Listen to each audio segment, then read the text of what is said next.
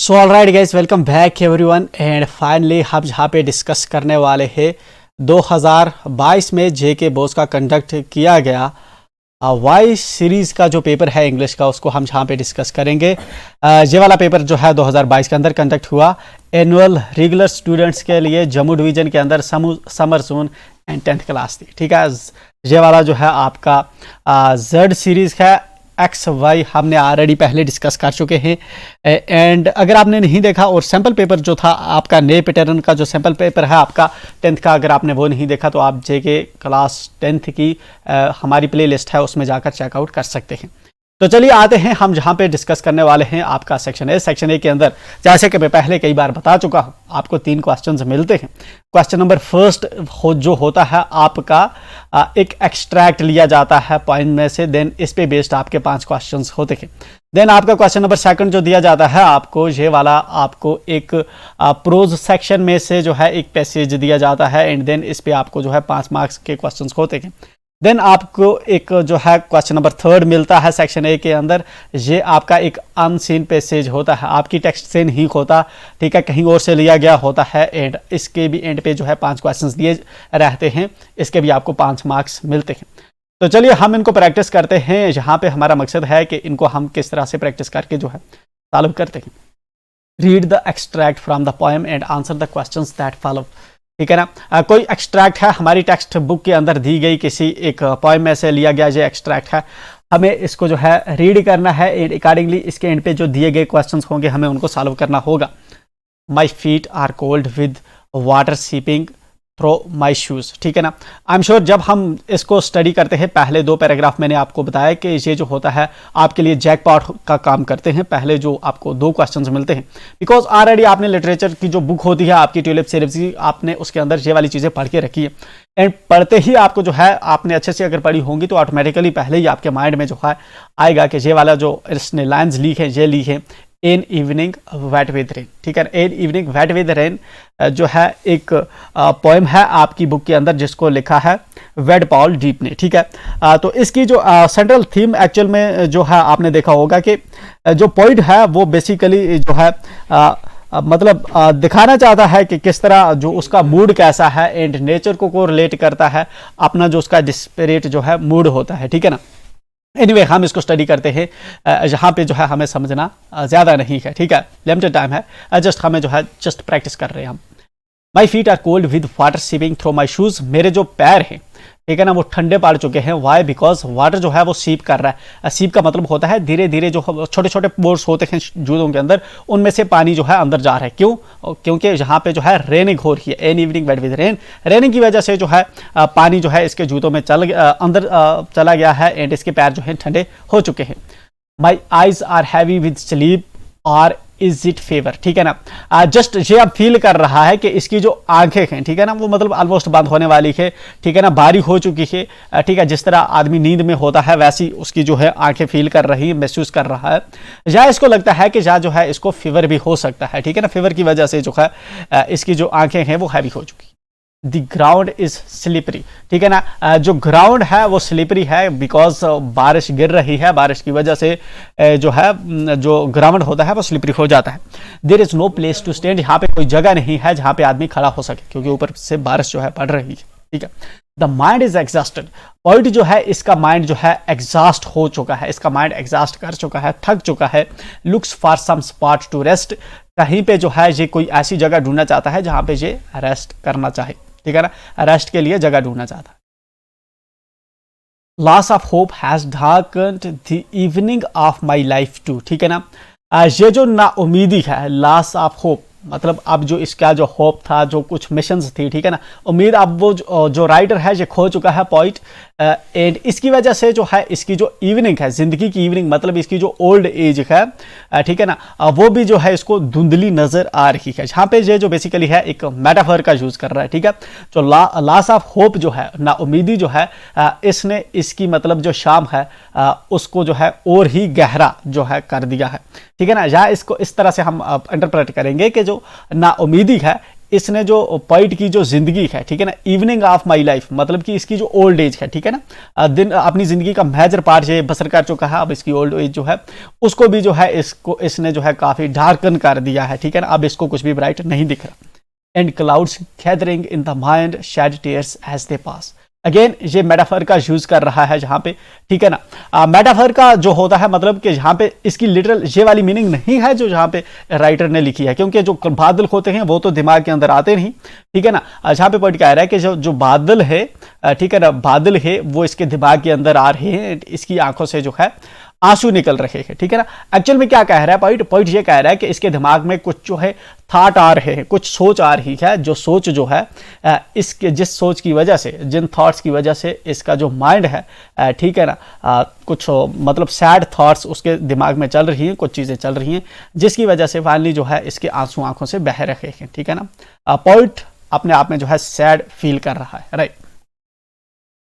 The evening of troubles, ठीक है ना, अब ये बात कर रहा है इवनिंग ऑफ ट्रबल्स की। ये जो इस वक्त ट्रबल्स होते हैं, परेशानियां, ये जो इवनिंग है इस वक्त, इसकी इवनिंग कौन सी है, इसकी ओल्ड एज, ठीक है ना, इसकी जो ओल्ड एज है या फिर इस वक्त जो है अगर लिटरल मीनिंग लेंगे तो इस वक्त शाम का जो टाइम है, ठीक है ना। बट एनीवे यहाँ पे जो है इसका जो है हम एक्चुअल मीनिंग की तरफ जाएंगे, जो पॉइंट शायद यहाँ पे कन्वे करना चाहता है कि ये जो इसकी ओल्ड एज है इसके अंदर काफ़ी परेशानियाँ हैं, ठीक है ना। तो ये परेशानियाँ जो है, ठीक है ना, ये इसके साथ ही माई कंपेनियन है, ठीक है ना। जहाँ पे जिस पोइटिक टेक्निक की पॉइंट जो यूज कर रहा है वो कर रहा है, इसको हम कहते हैं क्या कहेंगे इसको हम, इस पोइटिक टेक्निक को जिसको जहाँ पे यूज कर रहा है इसको हम कहते हैं पर्सोनिफिकेशन, ठीक है ना। तो माई कंपेनियन, अपना जो कंपेनियन, अपना साथी किसको बता रहा है, ट्रबल्स की इवनिंग को, इवनिंग ऑफ ट्रबल्स को अपना साथी बता रहा है, मतलब कि इसको जो ये जो परेशानियां हैं, ठीक है ना, इसको ह्यूमन का जो है टच दे रहा है, मतलब इसको जो है ये ह्यूमन बना रहा है कि ये इसका दोस्त का इज आल्सो डिप्रेस्ड, ये भी जो है डिप्रेस हो चुका है। डिप्रेस कौन होते हैं, आदमी होते हैं, ठीक है ना। जब इसकी जो इवनिंग है ट्रबल्स की वो भी डिप्रेस है, तो ठीक है, मतलब पर्सनिफिकेशन जो टेक्निक है, पोइटिक टेक्निक है, उसका ये यूज करके हमें जो है अपने दिल का हाल सुना रहा है। इज आल्सो डिप्रेस्ड, वो भी परेशान है। एंड टेक्स मी अलॉन्ग, और मेरे साथ साथ जो है चल रही है, ठीक है ना। इवनिंग आफ्टर ट्रबल्स इसके साथ साथ चल रही है, holding me by the arm, और मेरे साथ साथ मेरे हाथों में हाथ डाल के जो है मेरी बाहें थाम के मेरे साथ जो है मेरी जो प्रॉब्लम्स हैं वो भी साथ में चल रही हैं। इसकी प्रॉब्लम्स भी परेशान हैं एंड पोइट भी परेशान है अपनी ज़िंदगी से, ठीक है ना, उम्मीद खो चुका है, ठीक है। कुछ टारगेट जो पोइट शायद जो है अपनी ज़िंदगी में अचीव नहीं कर पाया, उसकी वजह से जो है पोइट काफ़ी सैड है एंड अकॉर्डिंगली जो इसकी प्रॉब्लम्स हैं वो भी पोइट को सैड कर रही है, ठीक है ना। काफ़ी इंटरेस्टिंग है एंड काफ़ी कंफ्यूजिंग है यहाँ पे जो लास्ट सेंटेंस जो है बोल रहा है। एनीवे हम आते हैं नीचे क्वेश्चंस को डिस्कस करते हैं एंड ताकि हमारा जो है कम से कम टाइम जो है इन पे जाए। Who is the speaker in these lines, ठीक है ना, इन लाइन्स के अंदर स्पीकर कौन है। देखिए अगर यही लाइन जो है हमें दी होती और ये अनसीन एक्सट्रैक्ट होता, अनसीन का मतलब है हमने पहले नहीं देखा होता, हमारी बुक में से नहीं होता, तो हम इसको लिख देते कि इन जो लाइन्स हैं इनके अंदर हमें एक्सप्लिसिटली स्पीकर का पता नहीं चल रहा कि स्पीकर कौन है, बट हम गेस कर रहे हैं कि स्पीकर जो भी है वो अपनी लाइफ में जो है वो एक लोनलीनेस के एटमॉस्फेयर से जो है गुजर रहा है, ठीक है ना। वो इस वक्त एक सैड डिस्पिरेट मूड के अंदर है, इस तरह हम लिखते। बट एनीवे हमें पता है किस पोएम से ये वाली जो है लाइंस ली गई है, तो इनका जो स्पीकर है डायरेक्ट जो पोइट है वो खुद है। पोइट कौन है इसका, वेड पॉल डीप, ठीक है। तो हम यही लिखेंगे, who is the speaker of this line, wade Paul deep, ठीक। इस पूरे को एक्चुअल में हम कैपिटल में लिखते हैं एंड देन इसको इस तरह से हम जो है कोटेशन मार्क्स के रखते हैं, कोटेशन मार्क्स के अंदर जो है हम इसको रखते हैं, ठीक है। तो इसके बाद लिखेंगे हम, is the speaker of these lines, ठीक है। क्लियर हो गया। तो ये वाला जो है हमने कर दिया, ठीक है। अच्छा इस तरह से भी लिख सकते हैं, विद पॉल डीप फिर कामा करके इन डिस्परेट मूड, और मतलब कि डिस्परेट मूड के अंदर है, ठीक है। तो वैसे भी हम जो है इसको लिख सकते हैं, right. Wade Paul deep is in desperate mood, is this comma करके फिर is the speaker of these lines, इस तरह से भी लिख सकते हैं। इस तरह से अगर हम बीच में और लाइन ऐड करेंगे तो हम इसके क्रक्स को भी पकड़ रहे हैं एंड एवाल्युएटर को पता चलेगा कि इसने बहुत डीप जो है इसको अंडरस्टैंड कर लिया है इसको क्वेश्चंस को।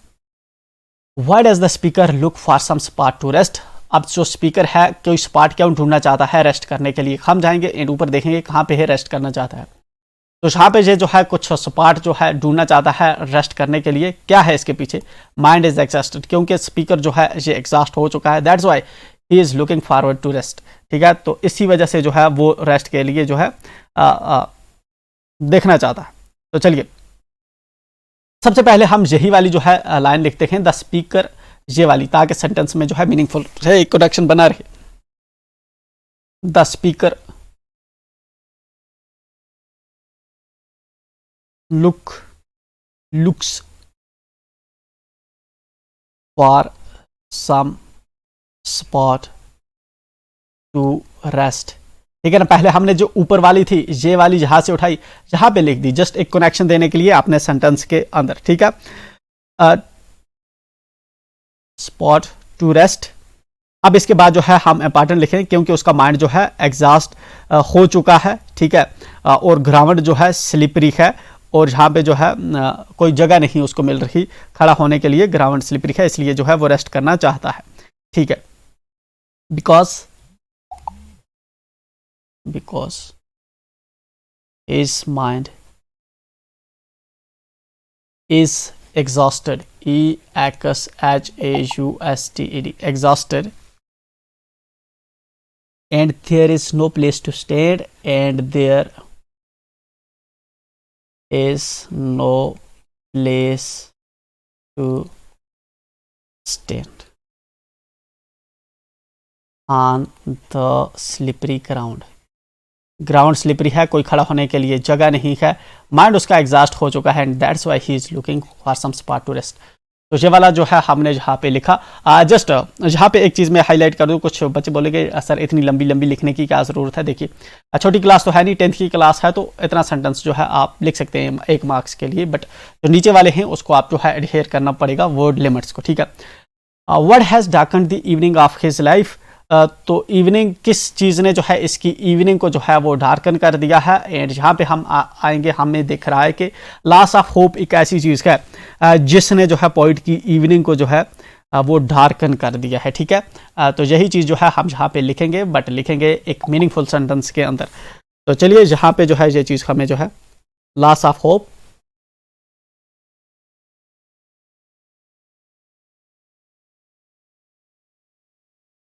दी, एक्चुअल में हम चाहे तो इस तरह से मैं कह दी लॉस ऑफ होप। इससे पता चलता है कि राइटर को, कि एवाल्युएटर को पता चलता है कि ये जो है इस इंपॉर्टेंट चीज़ जो थी वो इसने आंसर कर दी है। Has darkened the evening of the speaker's life, has darkened the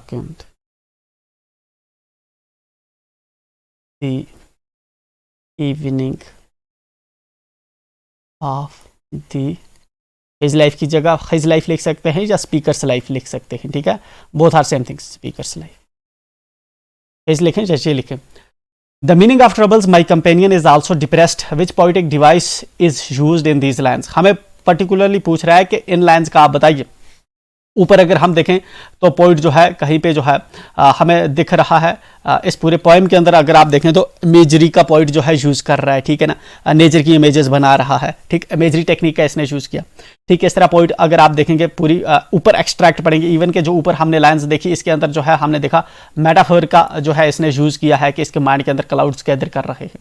ठीक है ना, बट हमें पूछ रहा है कि इस पर्टिकुलर लाइन्स के अंदर कौन सी जो टेक्निक है ये पोइट जो है यूज़ कर रहा है। हमने देखा था कि इस पर्टिकुलर लाइन जो है इवनिंग ऑफ ट्रबल्स इसका कंपेनियन है, तो इसमें जो है पोइटिक टेक्निक जिसकी यूज़ कर रहा है वो यूज़ कर रहा है पर सो नी SONIFICATION, पर्सोनिफिकेशन जो है पोइटिक टेक्निक है जिसका पोइट जो है यहाँ पे यूज कर रहा है। इज द पोइटिक डिवाइस, ठीक है ना, which is used by poet in given lines, या फिर आप इन ऐसे करके लिख सकते हो, the evening of troubles of my companion also depressed. ठीक है, तो हो गया, ये वाला हो गया हमारा ये वाला question. And then the word seeping means का होता है स्लोली एंड ग्रेजुअली, पोर्स में से जो छोटे छोटे स्मॉल ओपनिंग होती हैं उसमें से जो है किसी चीज़ का जो है पानी लिक्विड का पास होना, ठीक है ना, या लीकिंग होना थ्रू पोरस सब्सटेंस। तो ये वाली जो है हम चीज़ लिखेंगे, porous means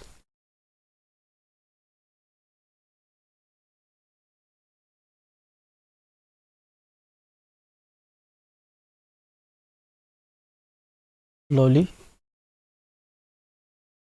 or gradually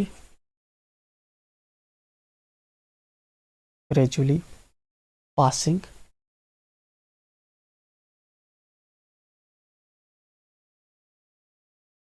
or leaking through a porous substance, porous substance। ठीक है, इज दैट क्लियर? ये वाला हो गया हमारा पहला पैराग्राफ, पहला एक्सट्रैक्ट जो हमने जो है इसको अटेम्प्ट कर दिया। Now we have second one, and read the passage and answer the questions that follow. हमें ये पैसेज रीड करना है, प्रो सेक्शंस में से दिया गया है, सीन पैसेज के, इसको स्टडी करेंगे एंड अकॉर्डिंगली क्वेश्चंस को सॉल्व करेंगे। Kisa Gotami had an only son and he died. Kisa Gotami का एक ही बच्चा था एंड उसकी मौत हो गई, ठीक है ना, एंड ही डाइड। ये वाला जो चैप्टर है दिस सरमन एट बनारस, शायद चैप्टर का नाम है, उसमें से ये लिया गया आपका जो है चैप्टर, ये वाला एक्सट्रैक्ट, ये वाला पैसेज है। किस्सा गुतामी का एक ही बेटा था एंड उसकी जो है डेथ हो गई। इन हर ग्रीफ, इसको कौन दुखी था? इन हर ग्रीफ किस्सा गुतामी जो थी ये ग्रीफ में थी, दुख में थी, ठीक है, ये दुख में थी। She carried the dead child to all her neighbours. ये अपना जो डेड चाइल्ड है, ये जो इसके बच्चे की डेथ होगी, इसको उठाती है एंड सभी नेबर्स के पास जाती है, asking them for medicine, and अपने नेबर्स को बताती है कि उसको कुछ है मेडिसिन दीजिए। And the people sad she has lost her senses, the boy is dead, ठीक है ना। आपने जो है डेड बच्चे को लेकर जो है ये अपने नेबर्स के पास जाती थी एंड जो है लोग इसके इस रवैये को देखकर वहाँ से रिप्लाई करते थे कि ये जो किस्सा गुतामी है, ये जो है अपना जो सेंसेस का है ये खो चुकी है, मतलब अपना दिमागी तवाज़ुन खो चुकी है, क्योंकि बच्चा जो है वो ऑलरेडी डेड हो चुका है एंड डेड को जो है कोई भी मेडिसिन काम नहीं करती।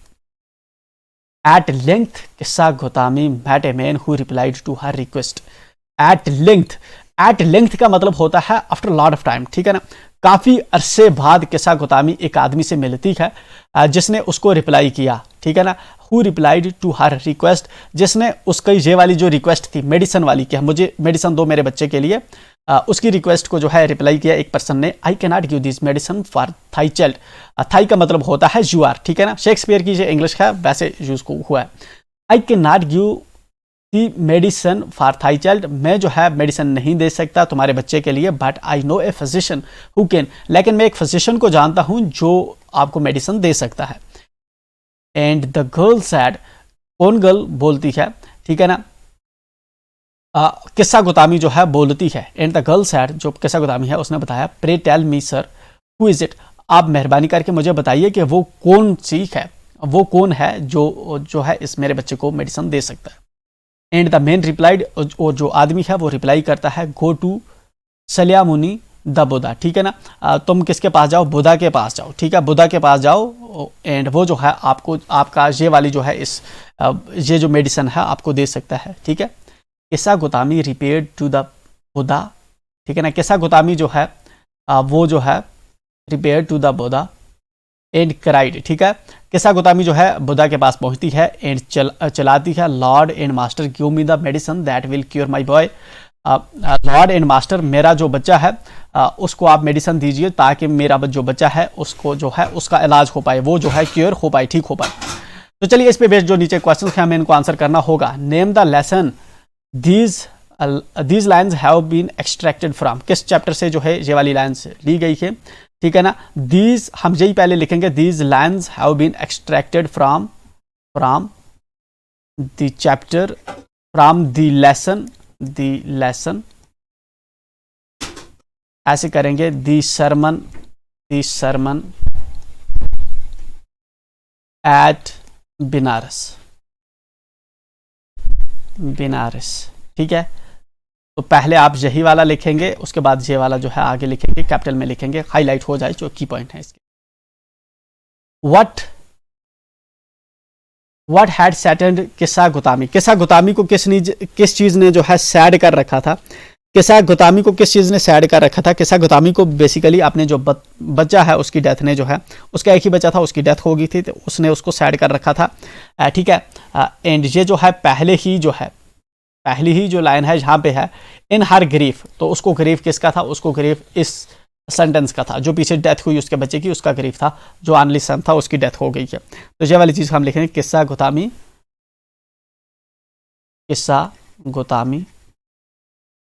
was saddened,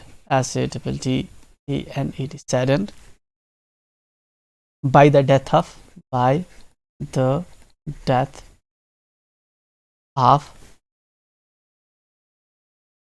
her only son। ठीक है ना, उसका जो एक बच्चा था, death of her only son, इस वाले को हम जो है अंडरलाइन करेंगे। ठीक है ना, ताकि पता चले कि हाँ इसने आंसर कर दिया है। What did she ask everyone she met. ठीक है ना, वो जब हर किसी से मिलती थी तो क्या कहती थी। जब हर किसी से मिलती थी हमने देखा कि वो जो है मेडिसिन मांगती थी। ठीक है, in her first grief all neighbour asking them for medicine.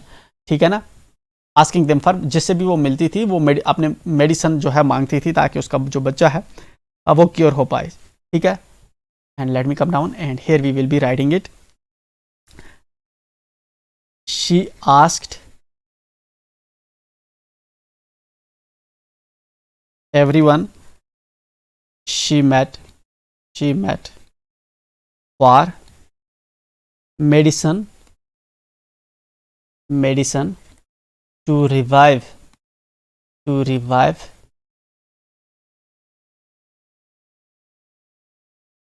her dead son। ठीक है ना, डेड सन, उसका जिस बच्चे की मौत हो चुकी थी। ठीक है ना, आनली बच्चा उसका था, उसकी मौत हो चुकी थी, उसके लिए जो है मेडिसिन कहती थी। ठीक है ना,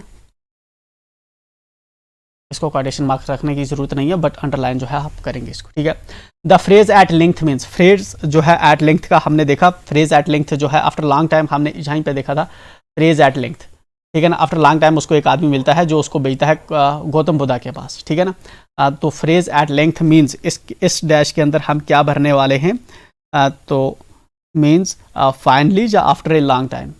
phrase at length means finally, या दूसरा हमारा हो सकता है आफ्टर ए लॉन्ग टाइम, काफी अरसे बाद। इन दो में से कोई एक जो है हम भर देंगे। You the opposite of dead, बहुत ईजी है। डेड का अपोजिट जो है अलाइव होता है। The opposite of dead is alive. ठीक है, प्रॉपर सेंटेंस लिखेंगे, मीनिंगफुल। ठीक है, तो ये वाला जो हो गया हमारा सेकंड पैराग्राफ हो गया। ठीक है, क्वेश्चन नंबर सेकंड हो गया। And now question number third है जो अनसीन होता है। Read the following passage and answer the questions that follow. Passage को पढ़िए एंड उसके बाद जो है आंसर दिए गए हैं उनको जो है आंसर करिए। One of the greatest figures of 20th century is a women. ठीक है ना, 20th सेंचुरी की जो है बहुत सी ग्रेटेस्ट फिगर्स थी, उनमें से एक जो है ग्रेटेस्ट फिगर्स जिसकी बात कर रहा है, एक ग्रेटेस्ट फिगर्स जो 20th सेंचुरी की हमें देखने को मिली, वो एक वुमेन थी। ठीक है, वुमेन थी वो, known all over the world as Mother Teresa. ठीक है ना, जिसको पूरी दुनिया में जाना जाता है मदर थेरेसा के नाम से। She did not hold any powerful position in politics और गवर्नमेंट। ठीक है ना, ये वाली जो विमेन थी, ये वाली जो औरत थी, इसको जो है कोई भी पावरफुल पोजीशन ना पॉलिटिक्स या गवर्नमेंट में नहीं थी। yet she ruled over the hearts of countless number of people in almost every country. इसके बावजूद भी इस औरत ने जो है सभी लोगों के दिलों पे राज किया, लगभग सभी देशों के अंदर। ठीक है, she was awarded the highest honours by grateful world. इस औरत को जो है, वो जो औरत थी मदर थेरेसा जो थी, उसको जो है वर्ल्ड का सबसे जो हाईएस्ट ऑनर्स, मतलब सबसे बड़ा एजाज जो था, इनाम जो था, उसको दिया गया। उसको दिए गए सबसे बड़े जो ऑनर्स थे, इनाम्स जो थे, उस औरत को मिले, including the Nobel peace prize. ठीक है, और नोबल पीस प्राइज भी जो है मदर थेरेसा को मिला। इसके बावजूद भी और भी बहुत से जो ऑनर्स हैं, प्राइजेस हैं, वो मिले हैं इस औरत को। She had no material possessions of her own. ठीक है ना, उसके पास कोई मटेरियल पोजेशंस नहीं थी। मटेरियल पोजेशन का मतलब है जो फिजिकल वेल्थ होती है, लाइक गाड़ी, बंगले, कैश, दीज थिंग्स। ठीक है, she had no material possessions of her own. उसके पास जो है अपने कुछ भी मटेरियल पोजेशंस नहीं थी। येट द रिच, इसके बावजूद भी वो बहुत अमीर थी, बहुत फेमस थी। The famous and the powerful flocked to her to become a part of her mission. To give some real meaning of to their lives, ठीक है ना। उसके बावजूद भी जो है ये काफ़ी जो है लोगों की ज़िंदगियां जो है सुधार पाई, एंड जो उन लोगों की जो ज़िंदगियां हैं उनको जो है रियल मतलब जो है उनके ज़िंदगियों के अंदर जो है इंसर्ट कर पाई। नीचे दिए गए क्वेश्चंस के इसी पे बेस्ड एंड हमें जो है इनको जो है सॉल्व करना होता है। Mother Teresa did not hold dash dash in politics और गवर्नमेंट डैश सबसे हमारी जो है इजी रहते क्या फिल इन द ब्लैंक्स, हमें जाकर इसको जो है मैच करना होता है। हम आते हैं ऊपर एंड जहाँ पे जो है हमें मैच करना पड़ेगा। Mother Teresa she did not hold any dash dash in power or government, ये वाली जो डैश है हम लिखेंगे, बाकी जो है सेम रहे। Mother Teresa did not hold any did not hold any, यहाँ पे आते हैं, did not hold any powerful position in politics और government, did not hold any powerful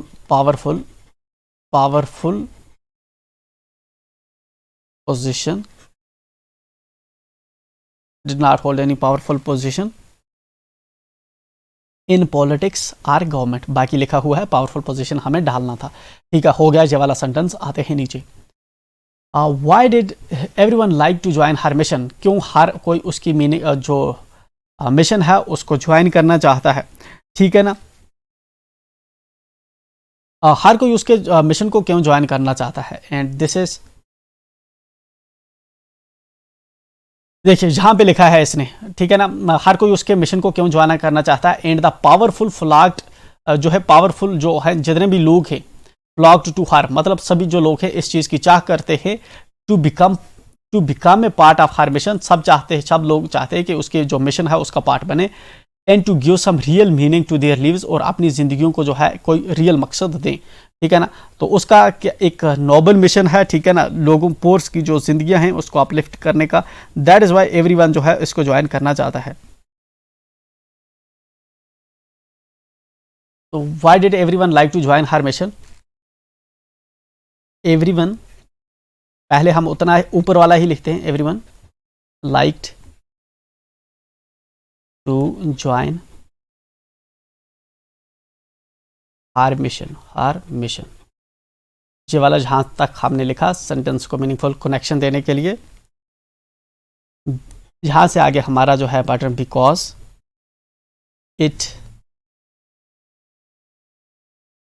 it जो है इसको हम जो है थोड़ा टिल्ट करके लिखेंगे, because it give them a chance, ठीक है ना, because it gave them a chance to contribute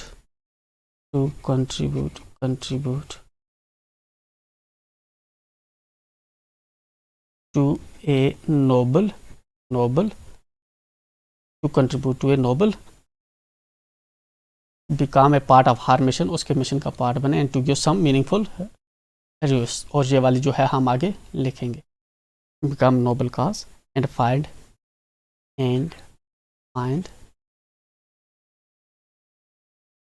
meaning in their lives।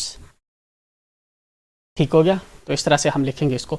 She ruled over the hearts and minds of countless people, उसने जो है रूल किया बहुत से लोगों के माइंड पे, और she ruled over the hearts and minds of countless people, ठीक है ना, the hearts and minds of countless people. तो ये वाली जो स्टेटमेंट है ट्रू है कि फॉल्स है, उसने रूल किया बहुत से लोगों के जो है हार्ट्स एंड माइंड्स पे। तो ये वाली जो है अपने आप में जो स्टेटमेंट है, ये वाली स्टेटमेंट जो है ट्रू में है, ठीक है ना। डिस्पाइट उसके पास जो है कोई गवर्नमेंट जो है पावर नहीं था, ठीक है ना, स्टिल जो है उसने जो है रूल किया हार्ट्स एंड माइंड्स पे काउंटलेस पीपल का, ये वाला जो है ठीक है। What is the synonym of grateful, पहले तो हम सेंटेंस बनाएंगे। द सिनोनिम ऑफ ग्रेटफुल का मतलब होता है थैंकफुल, ठीक है ना, या appreciative. The synonym of grateful is thankful और अप्रिशिएटिव, APPRECIATIVE,